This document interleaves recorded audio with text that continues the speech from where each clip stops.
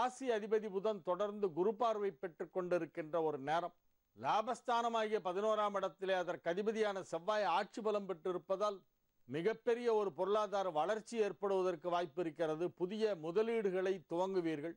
புதிய முதலீடுகள் உங்களுக்கு நன்மை அளிக்கக்கூடியதாக இருக்கும். மிகச்சிறந்த நன்மைகள் எல்லாம் நடைபெறுகின்ற ஒரு நல்ல நாளாக இந்நாள் வழங்கும். கடக ராசிக்கு இது ஒரு மகிழ்ச்சியான நாள். ராசிக்கு 2ஆம் இடத்திலே ராசி அதிபதி சந்திரன் இருக்கக்கூடிய ஒரு மிகச்சிறந்த நாளாக இந்த நாள் விளங்குகிறது. 10ஆம் இடமாகிய தொழில் ஸ்தானம் வலுப்பெற்று இருக்கிறதாகவே உங்கள் தொழில் மிகச் சிறப்பாக இருக்கும். தொழிலிலே ஏதேனும் பிரச்சனை இருந்தால் இப்பொழுது தீர்ந்துவிடும். அலுவலகத்தில் பணிபுரிபவர்களுக்கு அங்கே நிரந்தரத்தன்மை ஏற்படும். பணி நிரந்தரம் ஆகாதவர்களுக்கு இப்பொழுது நிரந்தரமாகிவிடும். ஒரு சிலருக்கு பதவி உயர்வும் கிடைக்கலாம். கூடுதல் பொறுப்புகள் அலுவலகத்திலே வழங்கப்படும். அதனால் பணிச்சுமை அதிகரிக்கும்.